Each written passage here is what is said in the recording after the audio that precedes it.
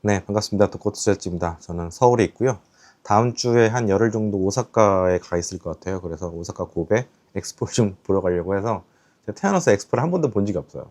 대전 때도 못 갔어가지고 이번에 가까운 나라니까 한번 보고 이제 즉 고베랑 해서 좀 즐기다 오려고 하다 보니까 한 열흘 정도 도코투셀지가 끊길 것 같아요. 그래가지고 오늘 정도는 말씀을 좀 드려야 될 것 같아서 카메라를 켰습니다. 일단 뭐 차트를 보면은 나스닥이 가장 강해요. 나스닥이 강할 수밖에 없죠. 미국은 IT가 어떻게 보면은 이 나라 경제를 이제 끌어가는 그런 가장 큰 산업이다 보니까 IT가 가장 강력합니다. 가장 경쟁력이 있고, 그렇기 때문에 IT가 대부분 이제 들어있는 나스닥, 나스닥이 가장 강하고, 그리고 뭐 러셀 2000이라든가 뭐 S&P, 다우 이쪽은 상대적으로 나스닥에 비해서는 좀 약합니다. 왜냐하면 다른 업종들이 물타져 있기 때문에 IT가 아무래도 이제 뭐 S&P라든가 다른 쪽 업종 같은 경우는, 다른 지수 같은 경우에는 좀 더 비중이 높지만 뭐 금융이라든가 엔터라든가 다른 업종들이 물타져 있기 때문에 아무래도 나스닥이 가장 더 강하게 올라온 것 같고, 뭐 이상한 종목 하지 마세요.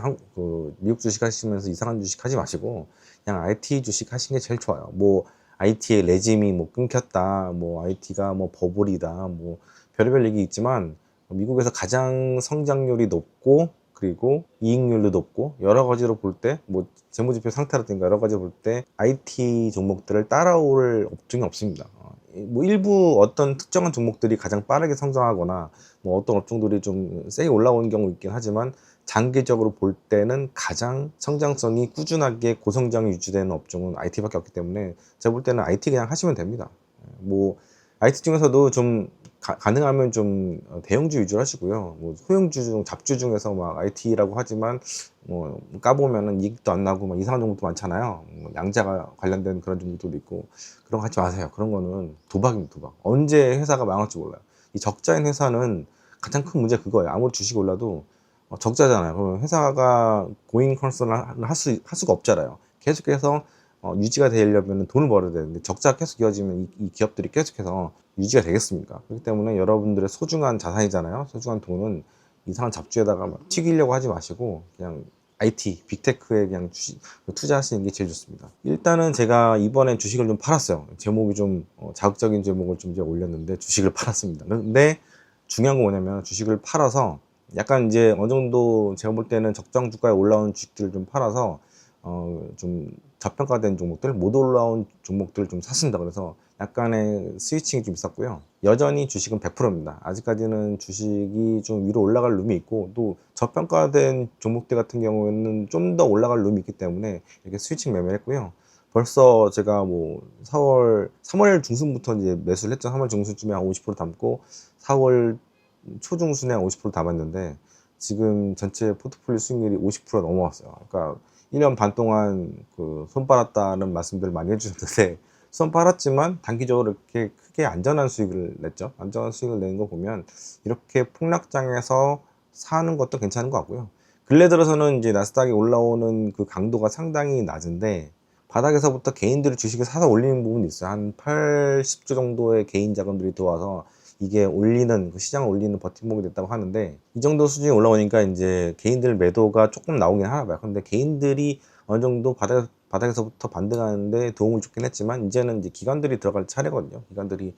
기관들도 포모를 느낄 수 있어요, 충분히. 왜냐면 벤치마크라는 게 얘네들로 하여금 포모라든가 두려움은 이제 로스컷으로 가는 거고, 이제 상승분을 향유하지 못하는, 비트하지 못하는 그런 부분에 있어서는 얘네들도 이제 포모라고 할 수 있는 그런 따라잡기 매수를 할 수 있거든요. 그렇기 때문에 아직까지도 뭐 헤지펀드라든가 여러 기관들이 현금 비중이 높아요. 왜냐면 다가올 경기 침체에 대한 그런 두려움도 있기 때문에, 그런 걸 대비해야 되는 부분도 있기 때문에 현금 비중이 높은데, 얘네들이 이제 어느 정도 그게 해소가 된다고 하면은 결국에는 얘들도 이제 들어올 수 있다. 그렇게 되면은 시장 같은 경우는 추가 상승도 가능할 수 있지 않을까, 그렇게 생각합니다. 물론 얼마나 추가 상승을 할 수 있을지에 대해서는 저도 이제 고민을 하고 있어요. 이게 언제쯤 주식을 팔아서 다시 현금을 만들어야 될지는 잘 모르겠는데, 일단은 이런 것들이 하반 경직은 유지를 해준 거죠. 예를 들어서 지금 어제 같은 경우에는 시장이 조금 빠진 부분이 있었잖아요. 나스닥은 조금 올랐지만 이제 최근 며칠 동안은 이제 상승분이 조금 이제 둔화가 됐는데,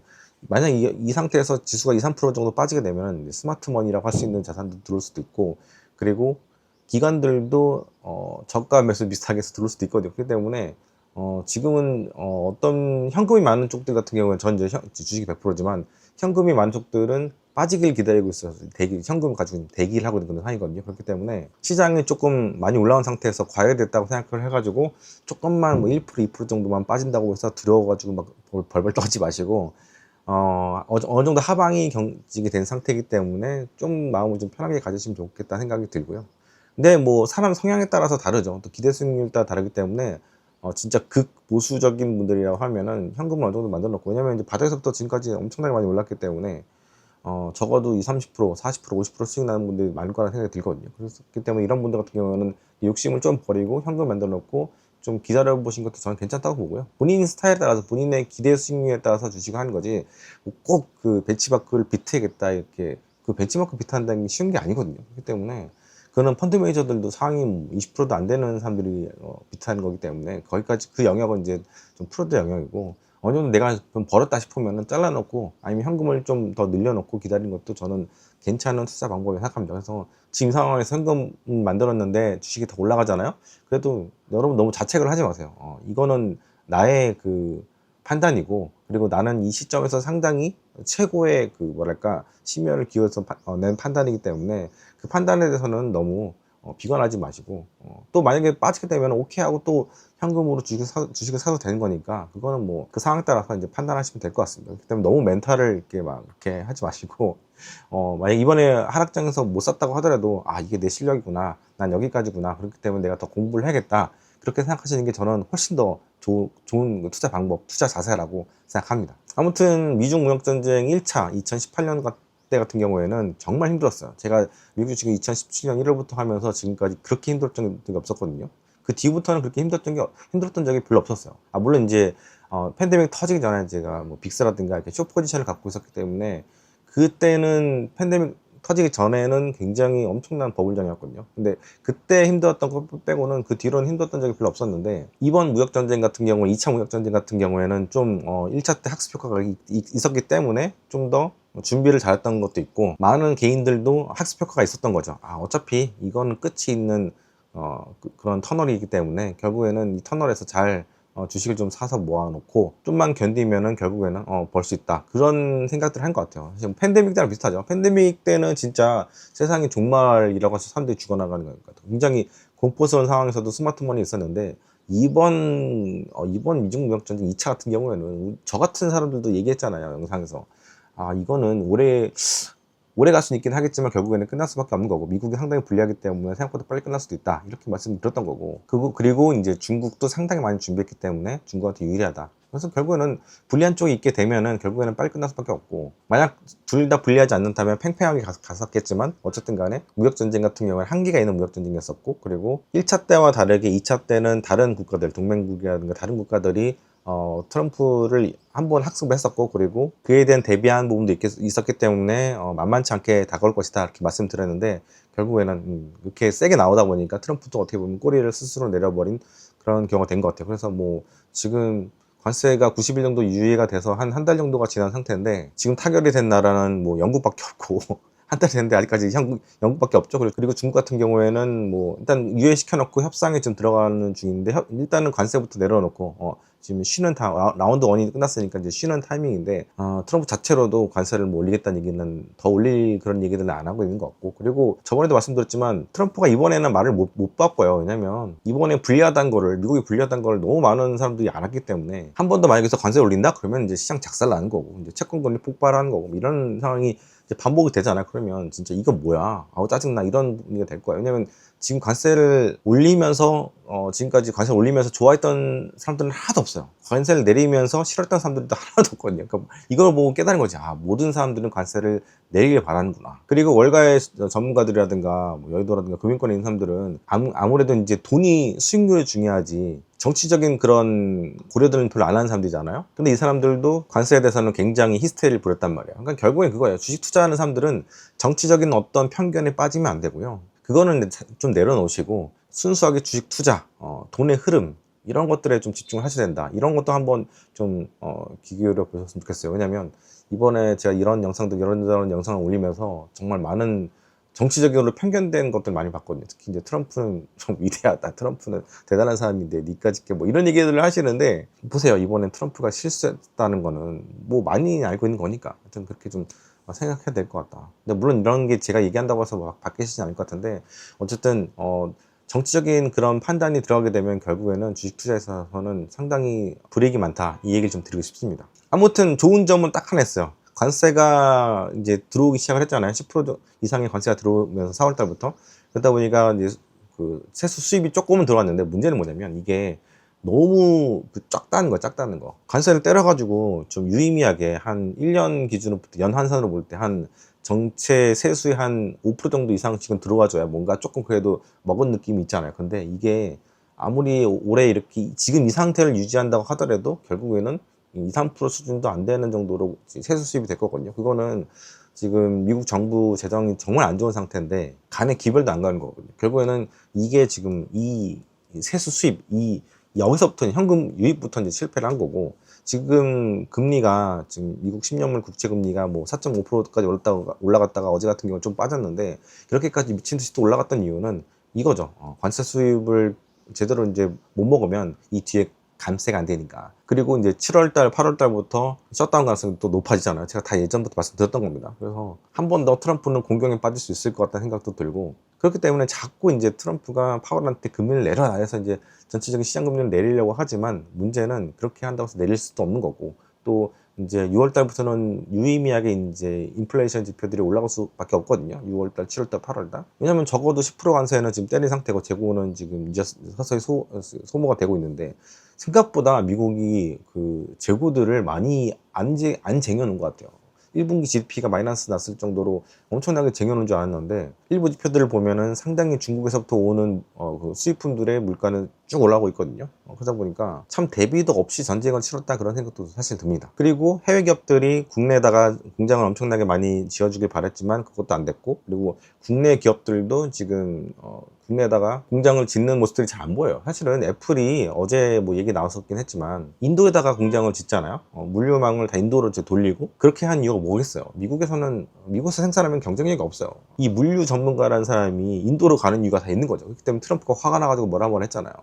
My friend 이러면서. 이거는 안 됩니다. 안 돼. 절대 안 되는, 처음부터 성공이 실패가 예견된 그런 정책이라고 저는 봅니다. 그래서 스티브 미란의 그 여러 가지 정책들, 그 논문들을 따라서 트럼프가 여러 가지 정책들을 펼쳤는데, 거기 그 책에 있는 내용들, 그 리포트에 있는 내용들이 대부분은 말도 안 되는 것들이었고, 이게 지금 현실로 트럼프가 이제 취임한 지 이제 5개월밖에 안 됐잖아요. 이게 만천하에 지금 드러나는 것 같고, 그래서 이제 새롭게 뭔가 트럼프는 뭔가 방법을 찾아야 될 것 같아요. 뭔가 정책적인 그 전략 같은 것들을 좀 바꿔야 되는 그런 타이밍이 좀 온 것 같아요. 측근했던 사람들도 지금 잘라내고 있고, 일론 머스크도 집에 갔고, 지금 얘기 들어보니까 측근이었던 사람들을 몇 명씩은 좀 아랫단부터 좀 잘라나가더라고요. 왜냐면 지금 이게 관세 정책이 실패를 했으니까. 그러면서 이제 좀 더 과격한 극우 세력들이 또 들어오고 있고, 이거 보면서 참 미국이 지금 어디로 가는 건가, 그런 걱정도 사실 듭니다. 아무튼 그렇기 때문에 지금 금리가 일시적으로 다시 내려왔는데, 만약에 또 여러 가지 이유 때문에, 특히 이제 7, 8월 달 셧다운 가능 때문에 다시 올라가게 되면은, 저는 일단은 4.8%, 저번에도 마찬가지고 작년에도 마찬가지고 4.8% 정도가 되면은 매수를 좀 고려해봐도 되지 않겠나, 그런 생각을 하고요. 결국에는 올해 저도 한 2번 정도 관세 전쟁이 완전히 성공해서 끝나면 2번 정도의 금리 인하를 보고 있긴 하지만, 그게 안 되고 지금 상태가 유지가 되면은 금리를 인하하기가 쉽지 않죠. 왜냐면 관세가 지금 10에서 30% 정도가 이게 적용이 되고 있는 상태이기 때문에 금리는 6월 달부터 오를 수밖에 없는 그런 상황이고, 그러면은 이제 경제가 좀 위축이 될 수밖에 없잖아요. 그렇기 때문에 그러면은 이제 국채 금리가 다시 올라갈 수 있는, 그러니까 결국에는 트럼프의 정책 자체가 대체로 볼 때는 금리가 올라갈 수밖에 없는 그런 일단 인플레이션이 유발되는 그런 정책들인 것 같아요. 아무리 유가를 내려도 지금 아주 상당히 낮은 상태에도 불구하고 채권 금리는 계속해서 바이든 때만큼 올라와 있잖아요. 그래서 그거 보면은 4.8%대부터는 아마 매수를 고려해보면 좋을 것 같고, 저도 이제 그 정도 수익 올라오게 되면은 제가 코멘트를 통해서 말씀을 좀 드리도록 하겠습니다. 그래서 만약에 아름답게 관세 전쟁이 끝나고, 그리고 금리도 좀 내려가고 이러면은 사실은 나스닥이 다시 전고점을 벗기면서 올라갈 수 있는 충분히 아름다운 그런 그림이 이제 그려질 수 있는데, 사실 시간이 좀 걸릴 것 같고, 금리가 내려가게 되면 아무래도 주식들은 좋죠. 뭐 이건 아주 기본적인 상식이잖아요. 특히 이제 금리가 내려가게 되면 미국 주택 거래량이 거의 이제 10분의 1, 10분의 2 토막까지 난 상태인데, 이게 올라가게 되면 GDP도 올라가는 효과가 있어요. 그렇기 때문에 어떻게든 금리를 내려야 되는데, 이건 관세가 막고 있는 거예요. 지금 이 미국이 경제가 화랑으로 가고 금융시장이 화랑으로 가려면 관세부터 내려야 되는 그런 상황이 됐어요, 지금. 그래서 관세를 올린 트럼프가 약간 원흉이 된 상황이고, 미국이라는 나라 자체가 건설 이 비중이 그래도 좀 있는 편이거든요. 이게 물가에도 영향을 미치긴 하지만, 이게 조금 더 움직이면, 사실은 최근 3, 4년 동안은 거의 이제 스탑된 상황이었기 때문에 다들 이게 열리기를 바라고 있거든요. 이게 좀 움직여줘야지 경제가 조금 GDP가 올라오는 효과가 있습니다. 그렇기 때문에 욕심을 좀 버리고 관세를 좀 내려놓고 경제를 돌렸으면 좋겠어요. 어차피 관세를 지금 때려도 세수 수입도 별로 없기 때문에, 이럴 거면 관세를 할 필요가 뭐가 있어요, 진짜. 이게 모두가 지는 게임인데, 미국도 지는 게임이고 중국도 지는 게임이고, 우리나라야 지금 굉장히 피를 볼 수 있는 그런 게임이거든요. 근데 한편으로는 그런 것도 있어요. 제 기억에는 코로나 때도 상당히 오랫동안 1년 넘게 2020년부터 경기 침체였었거든요. 경기 침체인 상황에서도 주식시장은 먼저 움직였던 부분이 있어요. 그러니까 지금도 약간 그거랑 좀 비슷한 느낌이 있어요. 경기 침체라든가 여러 가지 두려움 때문에 145%나 되는 관세는 무조건 경기 침체를 일으킬 수밖에 없는 그런 팩터인데, 그렇기 때문에 알고리즘들이 막 경기를 일으키면서 시장에다가 주식들을 던지고 선물 던지면서 고점 대비로 마이너스 27%까지 한 달도 안 되는 사이에 이제 폭락했던 게 바로 3월 중순부터 4월 초 중순까지 그런 모습이었는데, 그렇게 한번 찍고 나서 위험 요소, 걱정 요소들이 이제 해결이 되게 되면, 해소가 되면, 또 이 정고점 벗기면서 쭉 올라가는 유동성 장세, 이런 것들이 또 일어나지 않을까, 그런 생각이 드는 게, 팬데믹 때는 금리를 엄청나게 빨리 내렸잖아요. 근데 이번에도 금리를 내릴 가능성이 좀 더 많은 거죠. 물론 이번에 그 파월이 약간 겁을 주는 얘기를 했죠. 금리를 당분간 내릴 생각이 별로 없다. 왜냐면 내려도 그 높은 상태의 금리를 유지해도 시장은 잘 돌아가고 경제는 잘 돌아간다, 그렇게 얘기했기 때문에 또 어떻게 될지 모르긴 하겠지만, 그래도 1차 무역전쟁 그때는 금리를 미친 듯이 올렸으니까 그때랑은 좀 다른 부분이 있기 때문에 주식시장이 의외로 좋을 수 있다는 부분도 생각을 해봐야 될 것 같아요. 위로 튈 수 있을 가능성도 있다는 것도 한번 생각을 해봐야 될 것 같고, 그리고 전 세계가 지금 돈을 풀고 있는 상황이고, 하다못해 사우스 코리아도 금리를 내려야 되는 그런 상황이 있죠. 무조건 내려야 되는 상황입니다. 지금 안 내리면 안 됩니다. 진짜 자영업자들 다 죽어요. 서울 부동산 올라도 그냥 놔두세요. 뭐 서울은 서울이고, 지방은 오히려 빠졌잖아요. 지방은 위해서라도 나머지 4분의 3을 위해서라도 좀 지금 금리를 내려야 되는 게 맞는 거고, 그래서 전 세계적인 유동성 장세가 지금 이어지고 있다라는 얘기를 제가 계속 드리는 거고요. 그래서 일단 지금은 시장이 어느 정도 올랐기 때문에 이제 손바뀜 장세, 차익 실현을 하는 사람들이 굉장히 많고, 그래서 이제 다시 이걸 사서 이제 올릴 사람들이 이제 들어올 거 아니에요? 그러면 또 올라갈 가능성이 있기 때문에, 제가 지금 주식을 아직까지도 100% 갖고 있는 상황이다. 물론 이제 상황에 따라 다르겠죠. 어떤 좀 안 좋은 또 상황이 뭔가가 나타나게 되면 또 잽싸게 팔아야 되는 그런 상황이 될 것 같고, 살 때도 제가 10분할로 사고 5분할로 사기도 하고 10분할, 이번에 10분할로 샀는데 열흘 동안. 근데 팔 때도 5분할이나 10분할이긴 한데, 근데 뭔가 이제 급한 뭔가가 터졌을 때, 그럴 때는 재빨리 정리를 해야죠. 악화가 되기 전에 빨리 이제 정리해야죠. 워렌 버핏도 그런 얘기를 하더라고요. 자기들이 인내한다. 뭘 인내하냐? 현금을 가지고 상당히 오랫동안 좋은 기회 올 때까지 상당히 오랫동안 기다리는 거. 그게 바로 이제 인내다. 그게 진짜 인내라는 거고. 그리고 좋은 기회가 오게 되면은 뒤도 돌아보지 말고 그날 싹 사버리는 거. 이것이야말로 진짜 주식에 있어서 정말 중요하다. 그래서 인내라는 게 여러 가지 인내가 있겠죠. 물려가지고 계속 버티는 거. 이런 폭락장에서도 버티는 것도 인내긴 하겠지만, 한편으로 볼 때는 좋은 기회가 올 때까지 인내하고 기다리는 거. 아무리 딴 사람들 욕해도, 저도 여러분들은 욕을 먹지 않잖아요. 전 유튜버인 저로서는 욕을 엄청나게 많이 먹었는데, 여러분들은 현금을 가지고 기다리시면 돼요. 멘탈이 여러분들 욕하긴 하겠지만, 왜 지금 남들 돈을 벌고 있는데 너는 현금을 들고 있어라고 뭐 그렇게 막 자기 자신을 막 이렇게 막 한탄질을 막 할 수 있을 건데, 이제 그게 중요한 게 아니고, 주식 투자할 때는 원칙이 중요하다. 내가 세운 원칙이 있으면 그걸 끝까지 밀고 가야 된다. 그래서 좋은 기회가 있을 때까지 기다려보고, 그리고 이 기회가 나한테 나타나면 그때 잽싸게 사야 된다. 그리고 제가 3월 달에 주식을 먼저 산 거는 조금 좀 아쉽긴 한데, 왜냐면 4월 달에 진짜 찐바닥이었잖아요. 근데 3월 달에도 나스닥 선물 기준 볼 때는 15% 정도가 빠졌기 때문에 1차적으로 들어간 거예요. 그래서 바닥은 누구나 모르겠지만 일단은 기계적으로 한번 50% 정도를 그 마이너스 15%대 사고, 그리고 추가적으로 하락 가능성, 경기 침체라든가 뭐 다른 요인이 있을 수 있으니까, 그래서 제가 나머지 50% 갖고 기다렸다가 이제 또 폭락이 오니까 그때 샀던 거고, 만약에 한 번 더 마이너스 27%에 제가 주식 다 사고 이제 끝났잖아요. 현금이 없잖아요. 한 번 더 7, 8% 빠져가지고 마이너스 35% 정도까지 빠졌다. 그러면 이제 좀 안타깝긴 하겠지만 어쨌거나 뭐 저는 제 원칙을 지켰으니까. 그리고 이제 마이너스 20%대까지는 이 빠질 가능성이 상당히 많아요. 그런 횟수가 많아요. 전체적인 그 미국이라는 나라의 그 금융시장의 역사에 있어서 볼 때는. 근데 30%대는 생각보다 별로 없어요. 10년에 한 번 올까 말 거고, 그리고 우리가 한 번 경험했잖아요, 5년 전에. 그렇기 때문에 그런 일들은 잘 안 일어나고, 사실은 지금은 그 버블이라는 게 생각보다 많이 들어가 있지는 않아요, 주식시장이라는 게. 예전보다는 훨씬. 뭐 개인들이 레버리지 치고 이런 건 있긴 하겠지만, 그거는 이제 개인들 같은 경우에는 뭐 시장에서 그렇게 큰 포션은 아닌 것 같고, 그리고 이제 그 개인 그 레버리지를 친 그런 개인들 같은 경우에는 시장에서 큰 비중도 아니거든요. 투기자들이 시장을 막 좌지우지하지는 않습니다. 그리고 이제 엔비디아 같은 경우는 지금 135불 정도까지 올랐잖아요. 진짜 여러분 생각해 보세요. 이 엔비디아라는 기업이 매달 매분기 좋은 실적을 쭉쭉 내고 있는데, 주가라는 거는 그거를 반영하기도 하지만 또 여러 가지 상황에 따라서 막 반토막 88불까지도 가고, 이게 막 160불까지 반토막이 나요. 그 시총 3조나 되는 엄청난 게 큰 그런 주식도 이렇게 반토막이 난단 말이에요. 그러니까 주식이라는 게 진짜 진정 위험 자산이고, 여기다가 뭐 레버리지 걸고 막 2배짜리 걸고 3배짜리 걸고 속수 같은 걸 걸고, 이런 거는 정말 정상적인 게 아닙니다. 그거는 하루 이틀짜리 단타라고 하면 모르겠지만, 이걸 가지고 막 장기 투자하시거나 중기 투자하시거나, 물렸다고 또 중장기 투자에 비자발적인 그 장기 투자에 빠지시면 안 되고요. 어쨌든 간에 지금 경기를 살려야 되기 때문에 규제를 풀고 있는데, 트럼프가 이제 UAE라든가 이런 아랍 국가들, 특히 이쪽은 이제 독재자들이잖아요. 빈살만을 포함해서 이런 국가들한테 반도체를 팔 수 있도록, 엔비디아가 GPU를 팔 수 있도록 해줬는데, 이 규모가 엄청난 게 100만 개 정도를 팔겠어요. 지금 우리나라에 들어온 GPU가 10,000개도 안 된다고 제가 들었거든요. 근데 100만 개 팔았으니까 그 나라의 그 스타트업한테 팔겠더라고요. 그래서 너무 부럽더라고요. 그래서 제가 볼 때는 아랍 국가들이 결국에는 3, 4년 안에는 AI 쪽도, 거기는 AI 불모지인데 AI 쪽도 우리나라를 가볍게 능가할 수 있겠구나 생각 들고, 우리나라 진짜 AI 불모지거든요.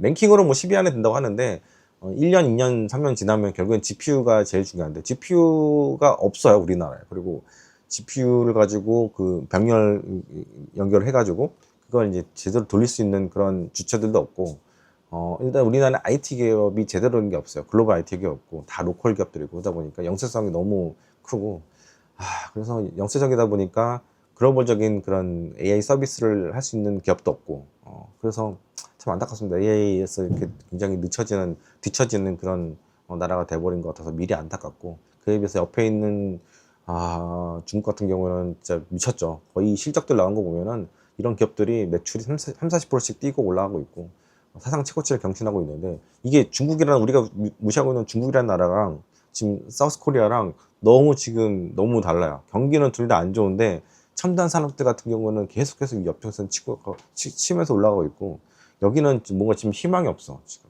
부동산 때문에 묶여 있어가지고 지금 금리도 못 내리고 있고 아무것도 할 수 없는 상황인데, 이번에 추경 13.3조 했잖아요.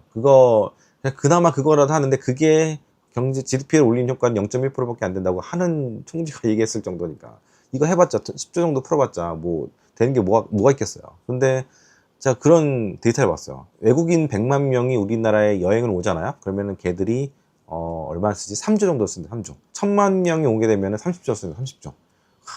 그리고 우리나라 올해 2천만 명 정도 오는데 이 사람들이 쓴 돈이 60조예요. 60조. 근데 그 관광객 중에서 절반이 어디서 오냐면 중국에서 오거든요. 그러니까 이 중국 관광객들이 돈이거든요, 돈. 그러니까 오는 애들을 잘 구슬려서 돈을 쓰고 돌아가게 해서 하고, 또 놀러 오게 만들고 이렇게 해야 되는데, 일단 관광 자원도 너무 빈약하고, 다시 와서 또 할 게 뭐가 있을까? 저는 사실 우리나라 관광 자원이 너무 빈약하다고 생각하는 사람 중 하나인데, 제가 600개가 넘는 나라 도시를 다녔는데도 불구하고 우리나라는 되게 많이 빈약하거든요. 근데 어쨌든 간에 한 번이라도 이렇게 오는 여행객들은 국적을 불문하고 잘 맞아줘야 되는데, 이 사람들 내쫓고 있는 상황이고, 뭐 관광객들한테 봉변당하게 하고 막 이런 일들도 있는 것 같더라고요. 그래서 진짜 너무 안타깝다는 생각이 들고, 이거는 레이 달리오가 말하는 그 한 나라의 그 피크 치고 내려오는 이 사이클 중에서 내려올 때, 왜냐면 이 나라가 굉장히 공공의 처한 상황이고 힘들 때 이 원인을 다른 나라한테 이렇게 해코지 한 거거든요. 그래서 다른 나라를 침략을 하기도 하고 막 그러는데, 사실 우리나라 힘들어지게 된, 잘 살게 된 굉장히 큰 역할을 했던 나라가 바로 중국이기도 해요. 왜냐면 IMF 터지고 나서부터는 계속해서 중국에다 수출해가지고 돈을 엄청나게 벌어서 IMF를 빨리 졸업한 것도 있었고, 그 당시에 또 중국이라는 나라가 굉장히 빠른 성장을 했었기 때문에 그 수혜를 제대로 본 거죠. 일본 같은 경우는 50년대, 60년대 경기 성장이 완전 고성장 시기였거든요. 그래서 60년대 초반에 도쿄올림픽을 했었고, 뭐 엑스포도 했었고, 그러면서 이제 60, 70년대 진짜 황금기를 이렇게 펼쳤는데, 그렇게 된 토대가 뭐냐면 50년대에 한국전쟁 때문에 폐허가 됐잖아요, 한국이. 거기다가 우리나라한테 수출을 하면서 이 나라가 상당히 고성장했던 그런 측면도 있단 말이에요.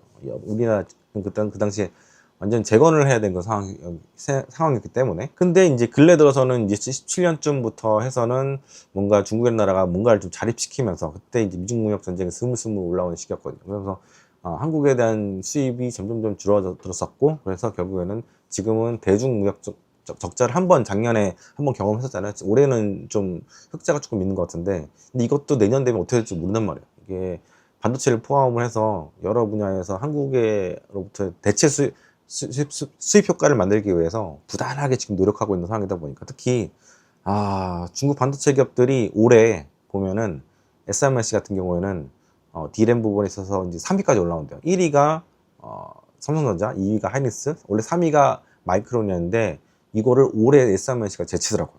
엄청난 겁니다. 엄청난 거. 우리가 막 되게 무시하고 막 이런 상황이었는데 중국이 이렇게까지 많이 올라온 건데 아직도 되게 무시하고 내쫓고 막 이러고 있으니까, 아무튼 간에 여러 가지 위험 요소가 있긴 하지만, 트럼프가 엔비디아 GPU를 아랍에다 수출해 준 가장 큰 이유는 경기를 활성화시키고 주식시장을 활성화시키기 위한 거죠. 그렇죠? 아무래도 반도체라는 게 미국 주식시장에서 상당히 높은 큰 비중을 차지하잖아요. 그렇기 때문에 얘네들을 살리기 위해서 좀 풀어 제낀 게 있는 것 같고, 그래서 저도 사실은 엔비디아에서 상당히 안 좋은, 약간 안 좋다기보다는 이제 장치 산업으로서의 어떻게 보면 사이클의 정점에 있다가 내려오는 게 아닌가 생각이 들었는데, 일단은 좀 유지는 될 것 같아요. 100만 개면 엄청난 거고, 100만 개면 한 100조 정도가 넘거든요.